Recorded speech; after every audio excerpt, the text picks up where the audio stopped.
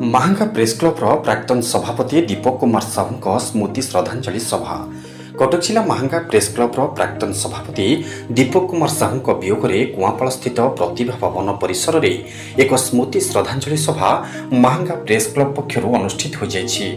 Press club कार्यकारी सभापति लक्ष्मीधर खुंटिया अध्यक्षता और शिक्षाविद प्रद्युम्न कुमार बारिक संयोजन आयोजित उत्सव में मुख्य अतिथि भाव महांगा थाना अधिकारी जुगल किशोर दास, मुख्य वक्ता भाव वरिष्ठ सांबादिक शशिभूषण षडंगी, सम्मानित अतिथि भाव वरिष्ठ सांबादिक अखिलेश पद महांती, सांबादिक अमरेन्द्र सिंह, आईनजीवी दीपक कुमार महांती, सरकारी वकिल सुशांत महांती, सांबादिक मनोज आचार्य, महांगा युव संग्राम परिषद सभापति कृष्णकांत षडंगी प्रमुख जोगदे स्वर्गत साहू जने निर्भीक सांबादिक थिले बोली मत व्यक्त करथिले।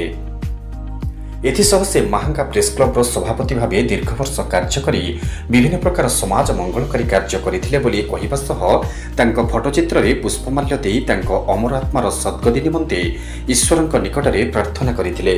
उक्त कार्यक्रम रे सांबादिक अजय कुमार महांती, तापस रंजन विश्वाल, अशोक दास, अमिय नायक, रमेश चंद्र साहू, विजय जेना, जजाति केशरी सिंह, शैलेन्द्र साहू, अशोक प्रहराज, समाजसेवी शिवचरण जेना, बसंत सामल, विजय कुमार कुंवर, संयुक्ता साहू, जयंत विश्वाल, प्रकाश नायक, समिति सभ्य सुरेन्द्र महांती, अजय दास, सुब्रत महांती, एकादशी सेठी, दामोदर परिड़ा, अक्षय गोछायत, रमेश दास, प्रेमानंद परिड़ा, श्यामसुंदर पलेई, डली बेहरा, सुरेश बल, रामकृष्ण साहू, अरविंद महांती प्रमुख उपस्थित रही स्वर्गत साहू प्रति श्रद्धासुमन अर्पण करथिले। उक्त कार्यक्रम में बहु बुद्धिजीवी, साहित्यिक, सांबादिक और आईनजीवी उपस्थित रही श्रद्धासुमन अर्पण करने सहित कार्यक्रम परिचालन में सहयोग करथिले।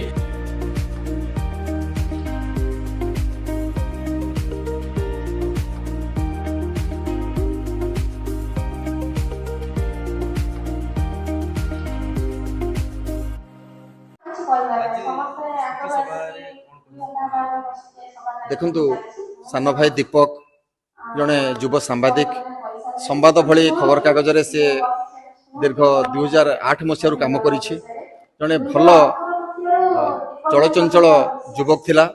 समाजर सबु वर्गर लोक सहित तार संपर्क थिला, किंतु अकाल ता जीवन दीप लिभिगला। ये महांगा अंचल एक अपूरणीय क्षति। तेणु सांबादिकतार प्रतिबद्धता रहा दरकार एवं से दीपक भितर आम से देखुले। तेणु डाक्तर मानकर सबु चेष्टा सत्वे प्रचेषा सत्वे कई बंचई पारे ना।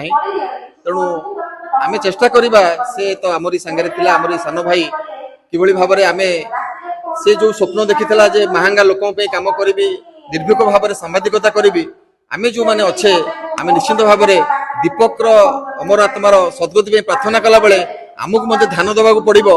आम नीतिदिनिया जीवन में आम अन्य आमर प्रतिबद्धता रहा दरकार। आम भल कम करुचे कि नहीं, आम जो खबर परिवेषण करुचे से ठीक भाव में खबर परिवेषण आम करुचे कि नहीं, आम जो जनसेवा सांबादिकता गोटे सेवा गोटे निशा गोटे पेशा गोटे वृत्ति से जो निशा से निशा रे आम भल कम करवा समाज जमी उन्नति हो पार। आ दीपक जो माने चेष्टा करूला केमिति समाज रे भल कम आम कर सांबादिक मानक नहीं एकाठी करी रक्तदान ठारू साहित्य कार्यक्रम ठारू एवं वृक्षरोपण ठारू आरंभ कर सब प्रकार कार्यक्रम भीतर थिला सही धारा जमती महांगा रे सांबादिक माने बजाय रखिया पई मु आह्वान करूछु। आज दिन स्वास्थ्य बीमा मध्य गोपबंधु स्वास्थ्य बीमा राज्य सरकार घोषणा करथिले। दीपक रो मध्य स्वास्थ्य बीमा अछि। स्वास्थ्य बीमा तरफ आमको मध्य तार इंश्योरेंस हेछि ताकू मध्य आर्थिक सहायता दबा दरकार एवं सरकार घोषणा करथिले जो सांबादिक मानकर अकाल वियोग घटिबो ताकू मध्य एक्स ग्रेसिया बा ताकू जो पैसा मिलवा कथा विभिन्न राज्य रे मध्य ए कथा दिया जाउछि। कोरोना समय मध्य आम राज्य रे मध्य आम सरकार देइथिले तत्कालीन बीजेडी सरकार अमल मध्य दिया जाइथिला। ए जो सरकार अछि आम अनुरोध करिवु दाबी करिवु जे दीपक भली जने युवक मात्र 42-43 वर्ष तार मृत्यु घटिछि। ता मृत्यु पई जो क्षतिपूरण सरकार दबा कथा से क्षतिपूरण ता परिवार को तार विधवा पत्नी को ता पिला मान को दिया जाऊ। एटा आम सांबादिक संघ तरफ महांगा अंचल समस्त सांबादिक एवं बुद्धिजीवी मान तरफ एटा दाबी आम रखुछु।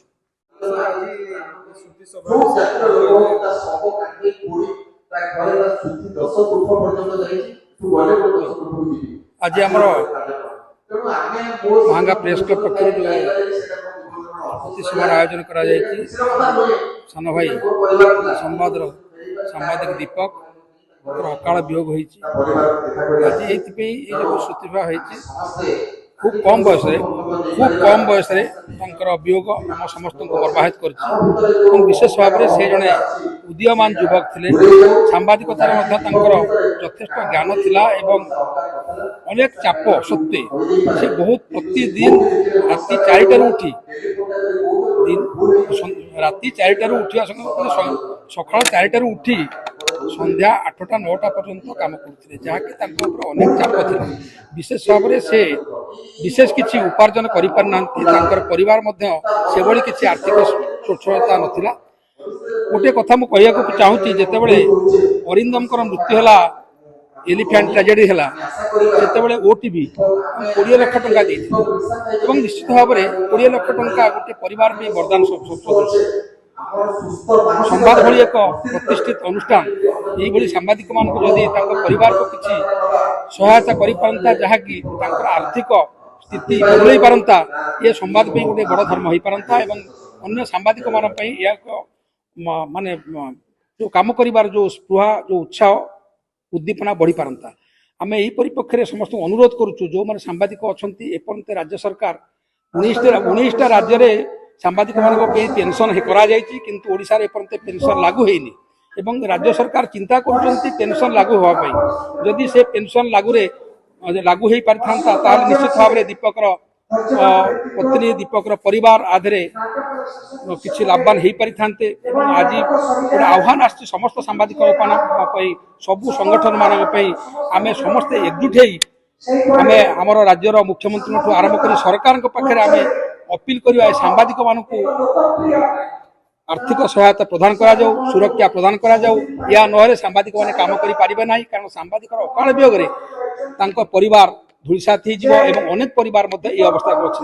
ତେଣୁ ଆଜି ଏହି ପକ୍ଷରେ ଏଇ ଯେଉଁ ଆମର ଯେଉଁ ଶୋକସଭା, ଦୀପକର ଶୋକସଭା ପକ୍ଷରେ ଆମେ ସମସ୍ତଙ୍କୁ ଆହ୍ୱାନ କରୁଛୁ, ସାରା ଓଡ଼ିଶାର ସାମ୍ବାଦିକମାନଙ୍କୁ ଆହ୍ୱାନ କରୁଛୁ, ଏକଜୁଟ ହୁଅନ୍ତୁ ଏବଂ ନ୍ୟାଯ୍ୟ ହାସଲ କରନ୍ତୁ। 19ଟି ରାଜ୍ୟର ଯେଉଁ ସୁଫଳ ସରକାର ଦେଇଛନ୍ତି, 19ଟି ରାଜ୍ୟରେ ପେନସନ୍ ପ୍ରକ୍ରିୟା, ଆମକୁ ଶୀଘ୍ର ପେନସନ୍ ଏବଂ ପ୍ରୋଟେକ୍ସନ୍ ଦିଆଯାଉ। ଏହା ହେଉଛି ଆଜିର ମେସେଜ।